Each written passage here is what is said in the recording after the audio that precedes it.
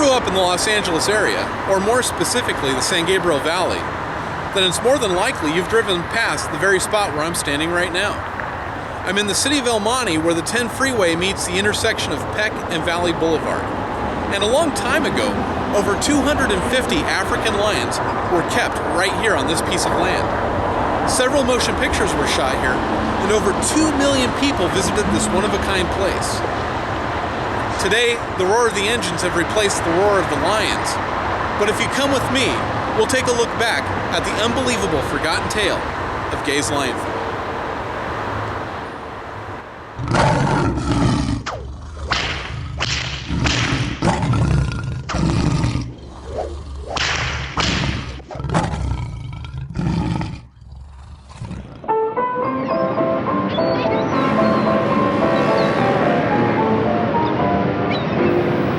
Charles Gay and his wife Muriel moved from London to Southern California in 1914 as part of the Cole Brothers Circus. Charles was a seasoned 27-year-old lion tamer and his wife a star lion trainer.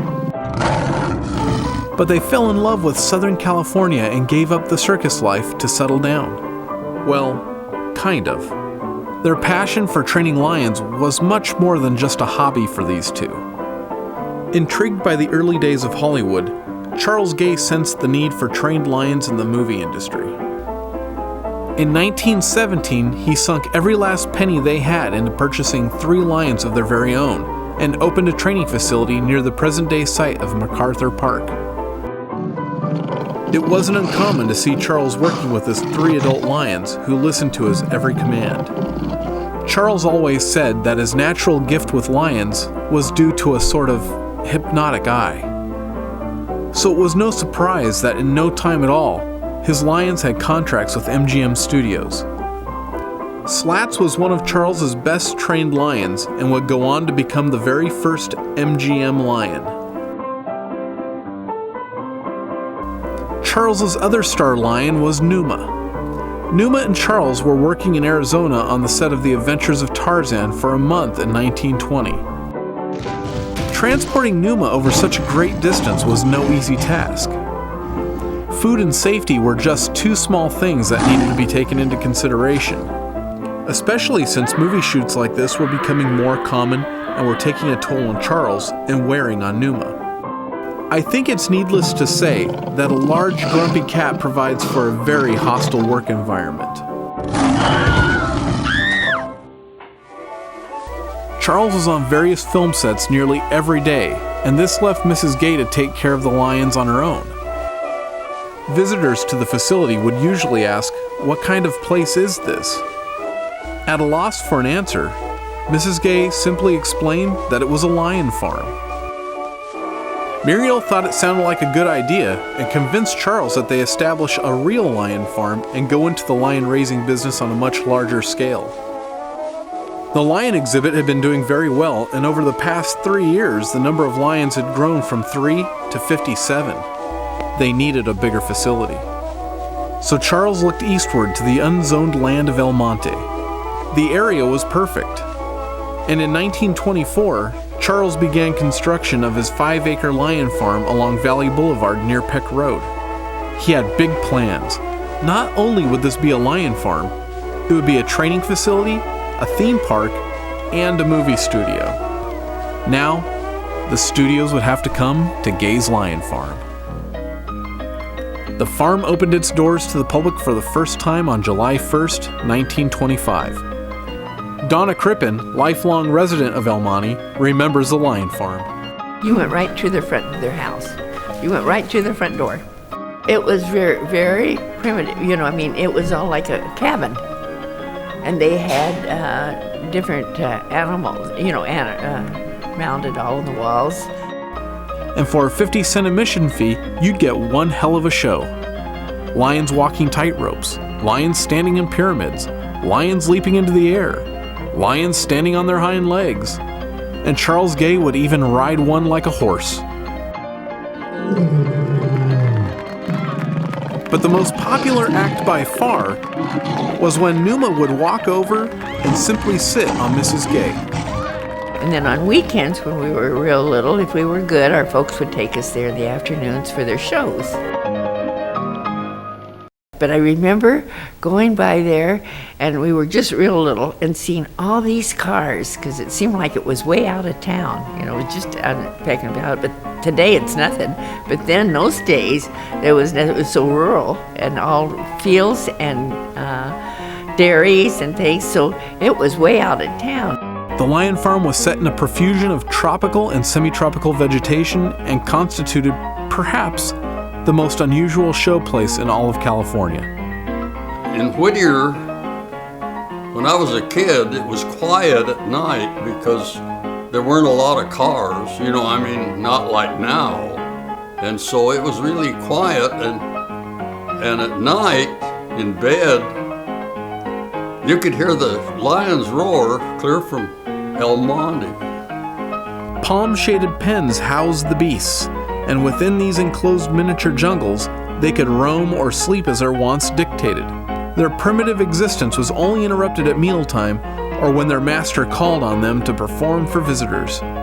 They'd run these lions out of a cage back here where they kept them and fed them and everything, and they'd run through this open tunnel, as you'd call it, a wire tunnel, into an arena, you'd have to call it. And then the guy would go in there with these lions, and, with a whip. And the whip was obviously for a show because the lions were all trained. He'd point to a pedestal and the lion would jump up on the pedestal. Word of the amazing acts at the Lion Farm spread fast. Soon, tourists from all over the state were flocking to the Lion Farm.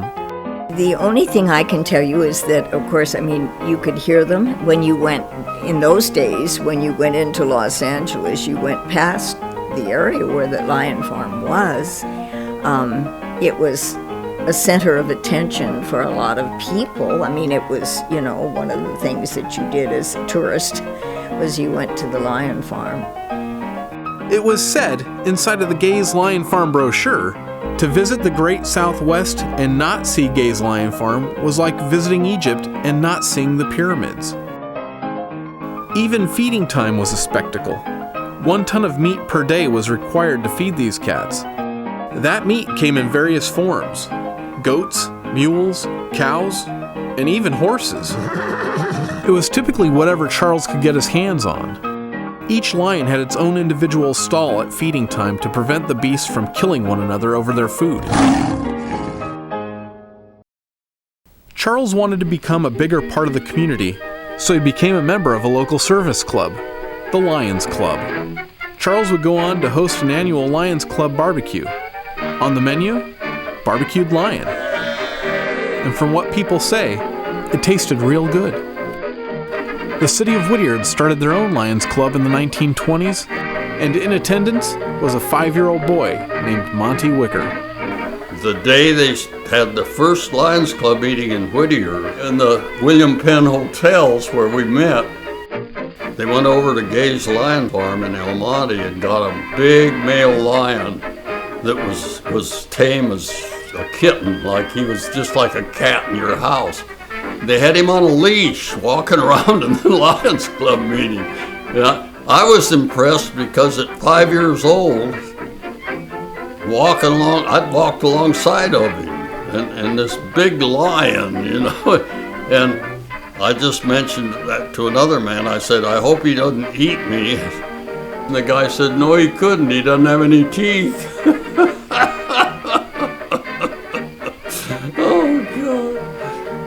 Then they'd have them jump through a loop that was on fire. Animals are very afraid of fire, but they had these lions trained and they'd jump through this fire. It was great. Nowadays, they wouldn't allow that in a hotel, a bunch of lions jumping through a loop of fire. They wouldn't even let you start the fire. The Lion Farm had been doing very well, so they hired on a staff of trainers: Harmon Ziegler, Joe Horman, Arthur West, and Harvey Stewart. John Ronan was hired as the farm manager. Residents of Almani were excited to have the lion farm in their community, and in 1925, Almani High School adopted the lion as their official mascot.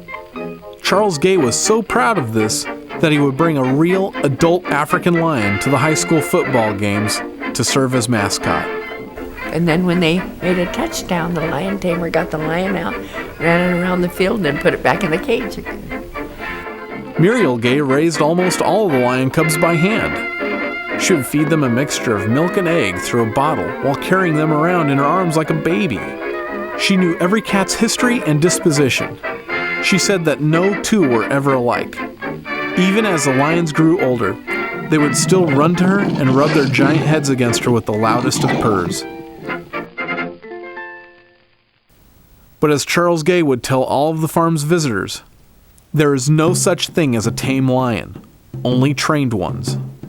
And in May of 1927, Charles Gay would learn firsthand how true his statement was as hard luck fell upon the lion farm.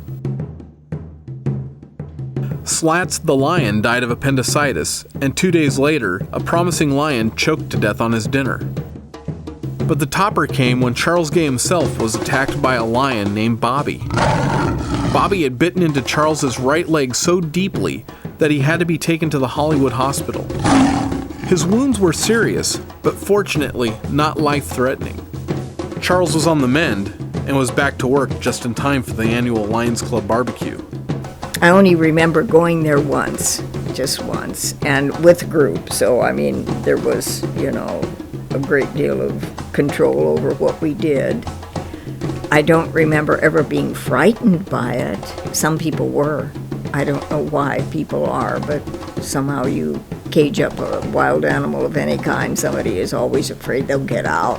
But that's exactly what happened in 1928. An employee didn't securely fasten a cage latch, and 3 adult lions escaped their pen. Farm manager John Ronan drew his gun and ran towards the pen. John fired point blank as the lion crashed down upon him. The lion slashed out with its claws and ferociously mauled Mr. Ronan. Trainer and guide at the farm, Joe Hoffman, dropped the lion with a bullet through the brain. Another of the escaped lions ran into an open pen, and Hoffman closed the gate behind him. Just then, the last of the 3 lions leaped by Hoffman as he pulled the trigger and sent a slug through its leg. Panicked, confused, and in pain, the lion nearly killed another man before finally being taken down by a barrage of gunfire provided by the Almani police chief and his officers. Doctors did everything they could, but Mr. Ronan died just a few days later. Charles Gay once said that lions are highly organized and easily startled. When frightened, they completely lose their minds. An example of this occurred in 1935 as veteran lion tamer Harmon Ziegler was training 15 adult African lions. Harmon tripped over something and suddenly, it was as though an explosion had occurred. Ziegler had hardly touched the ground before the whole bunch of them were on top of him. Harmon Ziegler died later at the Garfield Hospital in Monterey Park. Charles had been grooming a new lion for the silver screen named Jackie. Jackie was a natural and made history as the first MGM lion whose roar could be heard on screen. He was also the lion featured in the MGM logo before The Wizard of Oz and went on to appear in over 100 films.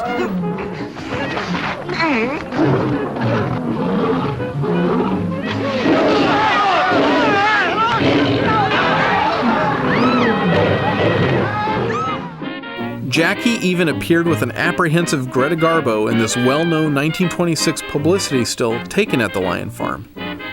She agreed to one picture seated beside the lion, but nervously moved to the farthest edge of the chair.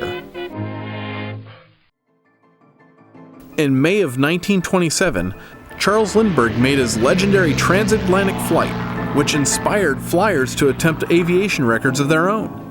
Just 4 months after Lindbergh's flight, MGM decided to cash in on the craze with a publicity stunt to fly Jackie from Southern California to a film premiere in New York. But shortly after takeoff, contact with the pilot was lost, and the fate of the passengers was a mystery. It wasn't until 3 days later that pilot Martin Jensen was discovered stumbling, starving, and exhausted at a ranch near Payson, Arizona. Martin was babbling about a lion and a plane crash, and some of the ranchers thought Martin had lost his mind. But after some convincing and a phone call to MGM, a rescue party went to find Jackie. They found the plane wreck in Hell's Gate Canyon, and rescuers managed to drag Jackie's cage down the mountain using a forked tree and 2 teams of mules. Rumors spread around the area quickly, and there was even a group of cowboys who developed a plot to kidnap Jackie and hold him for ransom. But due to their fear of the lion, they decided not to. Eventually, Jackie was loaded onto a truck and returned to the lion farm, where the publicity of the crash was a roaring success. When the Great Depression took hold of the nation during the 1930s, the motion picture industry weathered the storm as people were still going to the movies. In fact, the 1930s were an exciting time at the lion farm. Cameras seemed to always be rolling, and there were a bevy of celebrities that visited the farm. Al Jolson, Colleen Moore, Harold Lloyd, Charlie Murray, Secretary of War Stimson, Count von Luckner of Germany, Albert Einstein, the First Lady of the United States, Mrs. Eleanor Roosevelt, and even President Hoover and the First Lady, Lou Henry Hoover, visited. At their train stop, as a gift, Mrs. Gase presented Mrs. Hoover with a baby cub. But at the lion farm, there was no bigger celebrity than Numa. He never once harmed any of his fellow actors, although he did scare the living daylights out of Charlie Chaplin when the comedian got into Numa's cage by mistake. Even one of Numa's offspring made headlines. Eva, a mother lioness, gave birth to the first purely white lion cubs in captivity. But Numa was old and eventually passed away. Charles had already been grooming another lion for the stage and screen. Pluto was one of Numa's grandsons and had a similar, mild temperament to his grandfather. He was a perfect replacement. Los Angeles hosted the 1932 Olympic Games, and the Almani Legion Stadium was the official venue for the Olympic wrestling events. This was huge. People from all around the world had visited the lion farm. And as far as Charles was concerned, Gay's Lion Farm was internationally famous.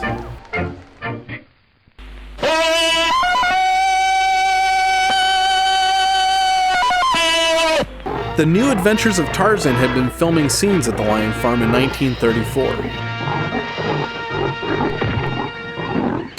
The cast of the serial even judged a Tarzan Yell contest at that year's annual Lions Club barbecue.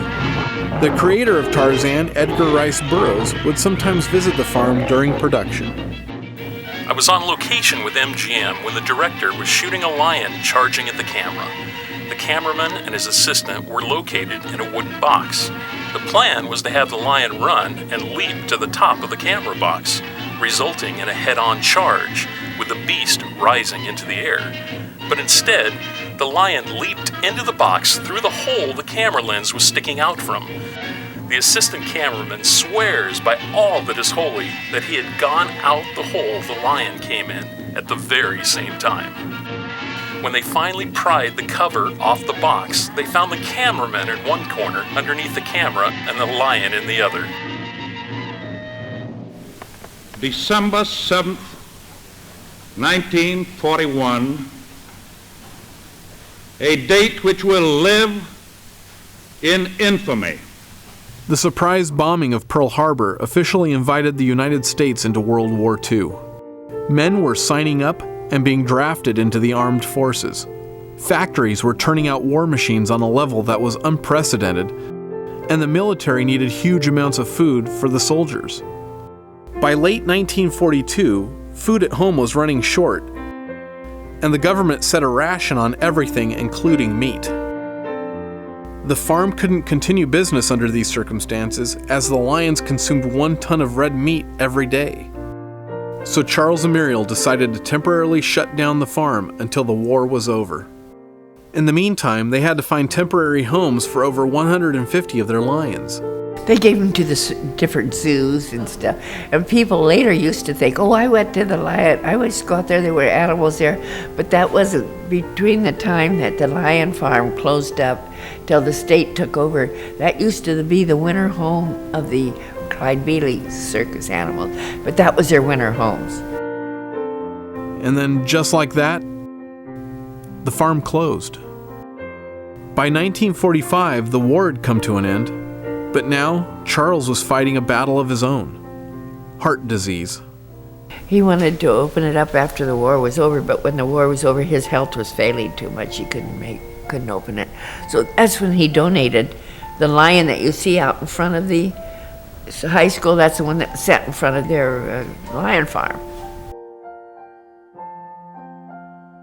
By 1949, Charles and Muriel had moved to Balboa, didn't have any more lions, and the farm had been sitting vacant for 7 years. The time to close the farm for good had come. On their final visit to the farm, they gathered the last of their belongings, locked the front door, and stopped for one last photo. Then Muriel and Charles held hands and walked away. Charles Gay passed away in 1950 of heart failure. In 1954, the farm was bulldozed to make way for the 10 freeway. And in 1966, Muriel Gay passed away in her sleep.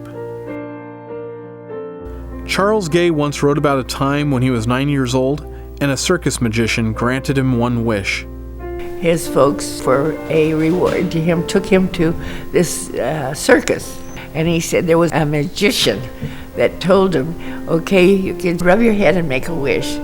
And he rubbed his head and he wished that he'd have a lion. You know, lions, he loved lions.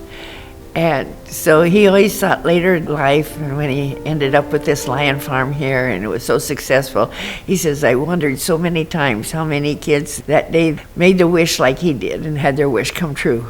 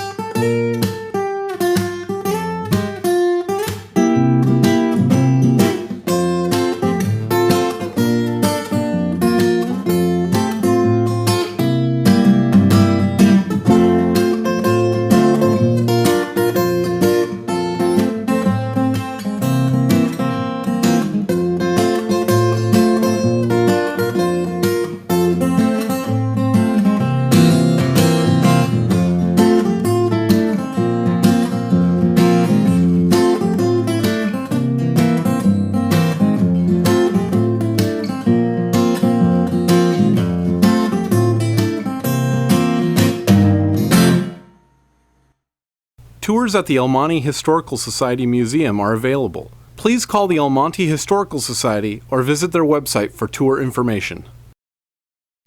Getting to the bottom of a story or myth can be an adventure in itself. If you have a mystery you would like to solve, I suggest you find out for yourself. Discover the information you're looking for at your local library today.